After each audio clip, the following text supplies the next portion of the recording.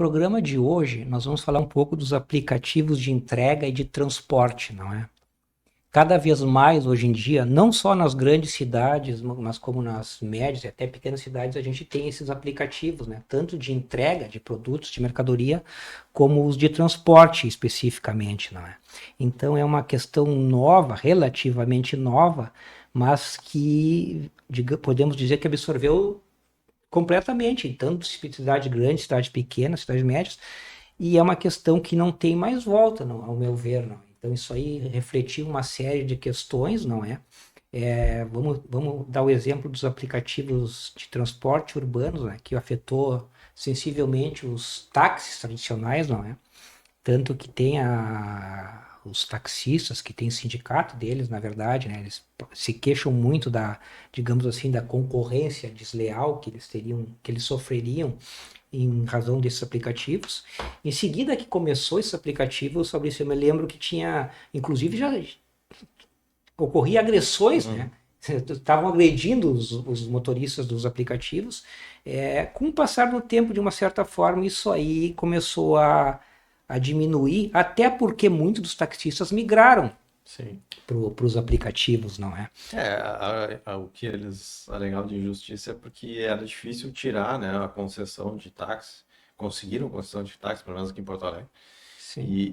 tinha um custo, E né, não era alto, era alto. tinha um custo alto, e aí quando vem os aplicativos, né, de transporte urbano ali, Desvalorizou, né? acabou que qualquer um, se eu tinha um carro, se eu tinha o meu carro, eu só me cadastrava no aplicativo e saía, Sim. não tinha gasto praticamente nenhum, né?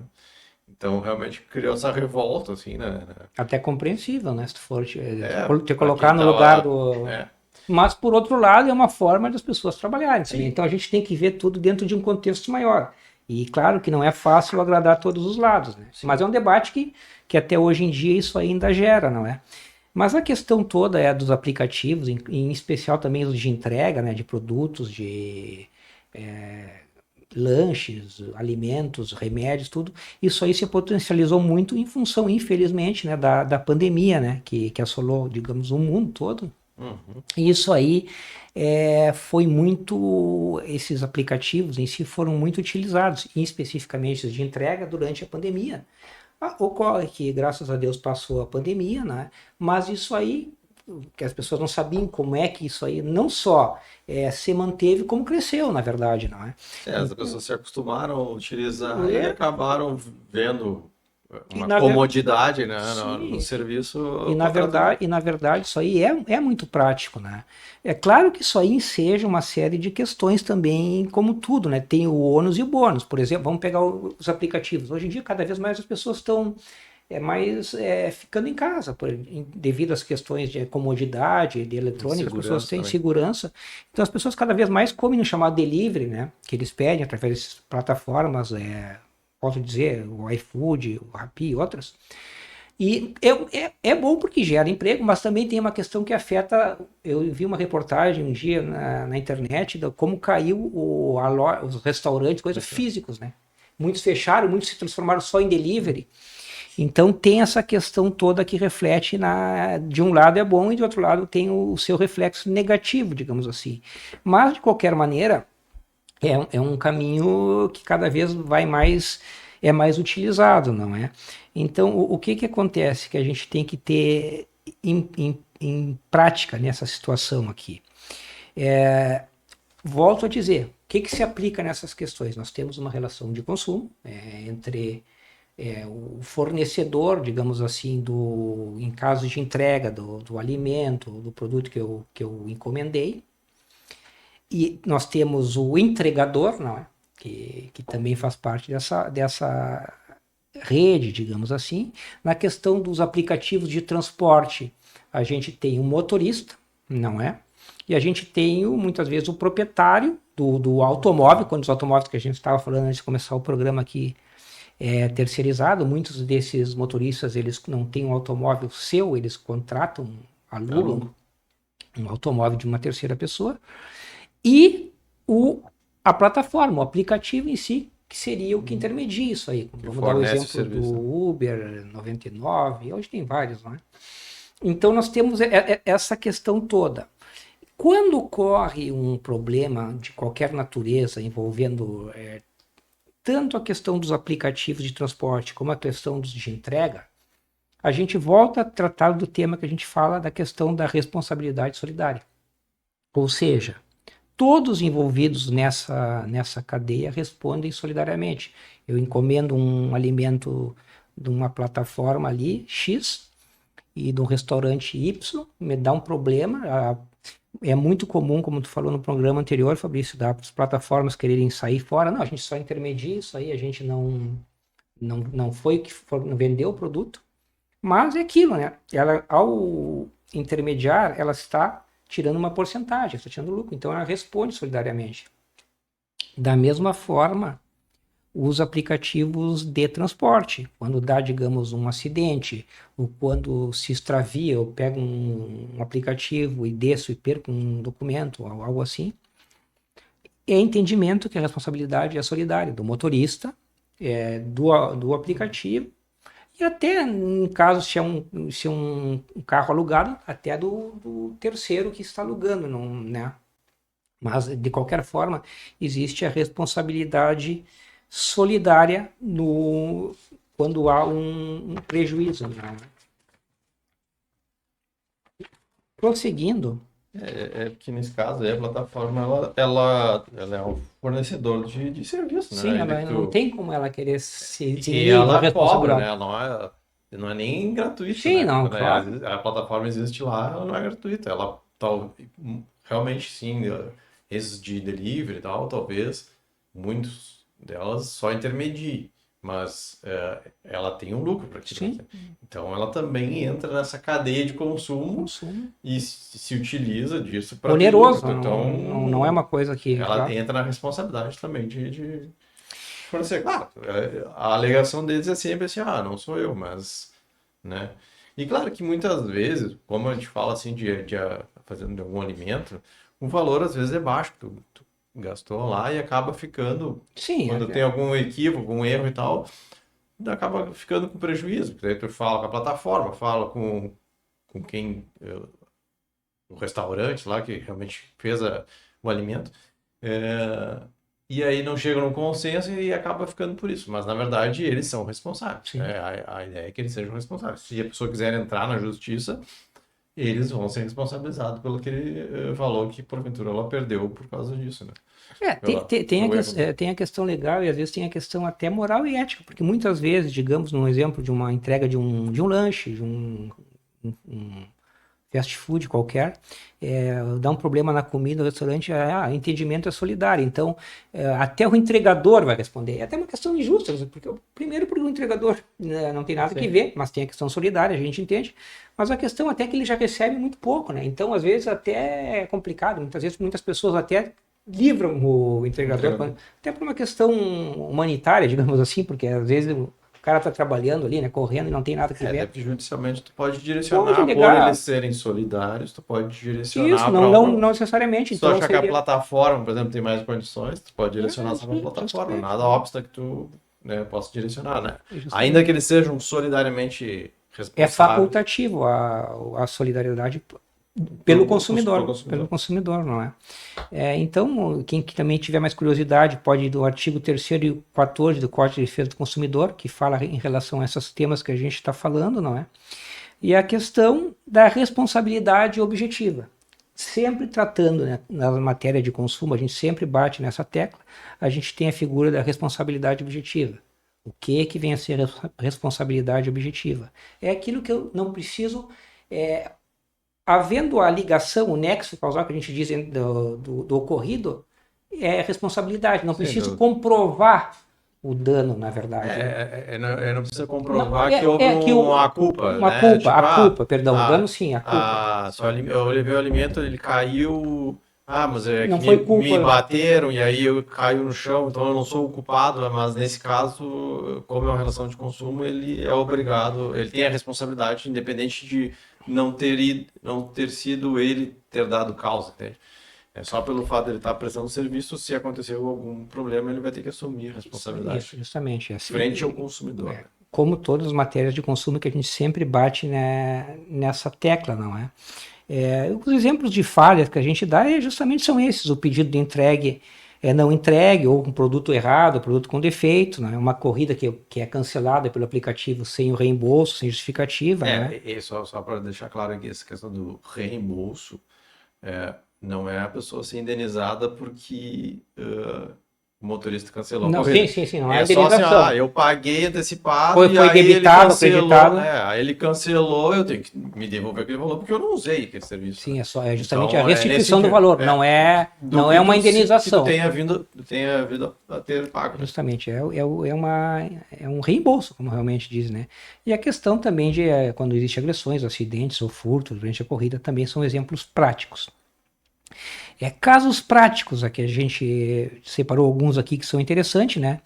Pedido de extravio na plataforma iFood ou alguma outra, né?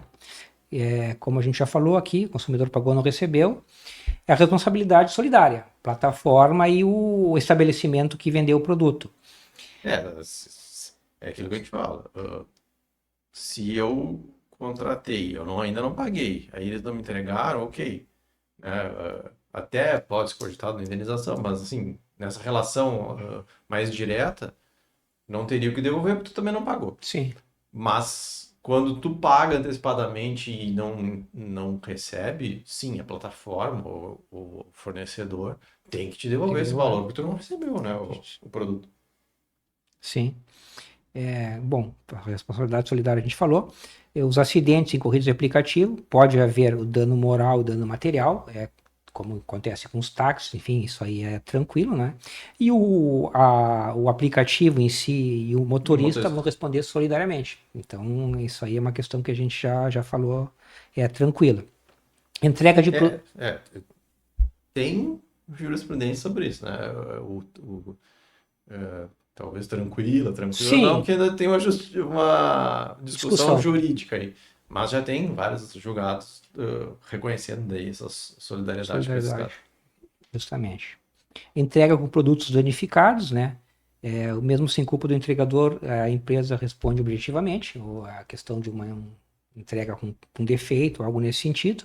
Se o produto chegou, né, pode ser amassado, digamos assim, hipoteticamente, a culpa, né, vai ser tanto do entregador quanto da empresa. E aqui, Fabrício, especificamente, é justamente naquela questão que eu havia falado contigo. Olha só, conta bloqueada indevidamente do entregador.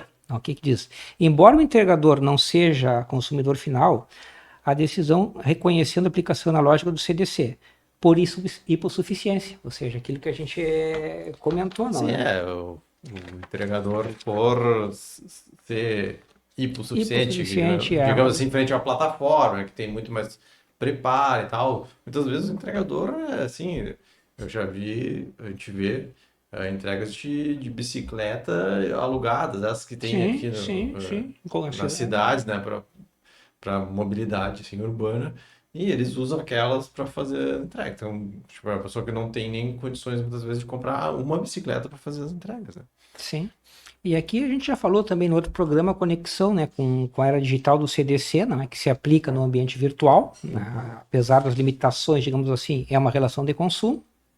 A LGPD, né, que é a Lei Geral de Proteção de Dados, que também é trabalhar concomitantemente com o Código de Defesa do Consumidor, por se tratar por causa desses dados, né? A proteção dados, desses dados que a gente acaba fornecendo, claro, não é publicamente, mas a gente acaba fornecendo, e aí tem toda uma questão de sigilo, né? Que eles têm que ser cuidado, né? Pela plataforma, e nem sempre assim o é, né? E tem a questão do Marco Civil da Internet, né, que fala da responsabilidade dos intermediários, justamente a questão dos dados, né, que quando eles têm a responsabilidade e vazam esses dados, né, eles podem ser responsabilizados. Sim, eles têm que ter o dever de prevenir danos, né? Eles têm que fazer todo esses intermediários têm que pensar, né? De como proteger todos esses possíveis danos, né? Justamente. E, no fim, aquela dica que a gente sempre dá como o consumidor pode se proteger, não é? É aquilo que a gente sempre fala, guardar os prints, comprovantes aplicativos, tudo que seja prova é bom ter hoje em dia. Hoje não tem mais, não teria mais o papel, né? Não Quer tem dizer, papel, hoje em dia mas tudo é é tudo digital. digital. Mas assim, é interessante a pessoa ir guardando prints, né? Assim, e comprovantes do aplicativo, pode ser até por e-mail, às vezes Hoje em mandam, né, dia, confirmações por e-mail e tal. Mas geralmente é vem por e-mail, interessante, né? Vem recibo, tudo por é interessante e-mail. a pessoa ter tudo isso assim guardado para demonstrar que houve essa Caso precise ir relação, na quando que justiça buscar o houve. ressarcimento, Né? aquilo que a gente sempre fala da prova. Registrar o problema dentro do próprio aplicativo antes de tomar qualquer medida, tentar resolver de uma forma amigável, digamos assim, não Porque é? se for amigável, geralmente é mais rápido, Sim, né? Tu sim, vai ali, não, ok, realmente aconteceu, então tá, vamos te evita, ressarcir. evita o transtorno todo, não é? Mas nem sempre é possível. Mas claro que é mais fácil tu tentar isso administrativamente, digamos assim, né? Na plataforma resolver, do que levar para o judiciário algo que poderia ter sido solucionado. Sim, sim. E é aquilo que a gente sempre fala, né? Nos órgãos, buscar caso não consiga, nos órgãos administrativos, digamos assim, que são os PROCON, CONDECON, enfim, tem o Gov, o consumidor, aquele né, hoje em dia. E caso não consiga ou queira entrar direto, pode entrar na justiça. Lembrando que se a pessoa se sente prejudicada através de um dano moral, digamos assim, que ela porventura ela acha que sofreu, ela tem que buscar esse ressarcimento através da justiça, né? Através dos órgãos. Esse aí não é possível pleitear um dano moral, basicamente o ressarcimento de algum prejuízo. Mas Sim, caso material. material, um dano material, mas caso porventura o consumidor queira buscar um dano moral, ou se preferir entrar direto na justiça, pode ser feito, não é necessário. Essas questões que a gente sempre fala, mas vamos repetir, elas não a gente fala aqui de orientação, de tenta com a plataforma, pô, isso é uma questão mais prática, Mais né? prático, Daqui a claro. pouco tu resolve em pouco tempo. Mas nada óbvio que a pessoa teve um problema, eu não quero nem falar com eles, vou entrar direto na justiça, sem problema nenhum. Não tem uma obrigação de tu tentar isso administrativamente. Às vezes as pessoas acham que é necessário, né? Claro que é interessante, às vezes tu tentar fazer até para dizer, eu tentei solucionar com eles e não consegui. Mas para o judiciário em si não faz a diferença. Tu pode entrar sem ter Sim, não é, tido não é, contato não é nenhum. requisito, É, digamos assim, ter uma reclamação toda anterior. Mas basicamente era isso. A gente, volto a dizer, a gente já fala. Isso na verdade são uma sequência de temas que a gente vem falando e a gente dentro dos programas vai pegando temas específicos para falar mais pormenorizadamente, não é?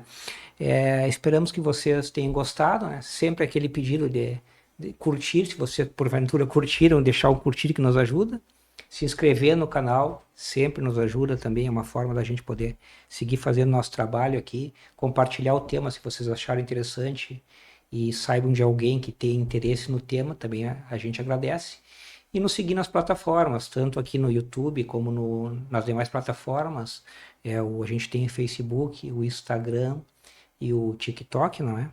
E temos também especificamente a página do Descomplicando Direito, também quem quiser seguir. Além da do escritório aqui, a gente tem a Descomplicando Direito.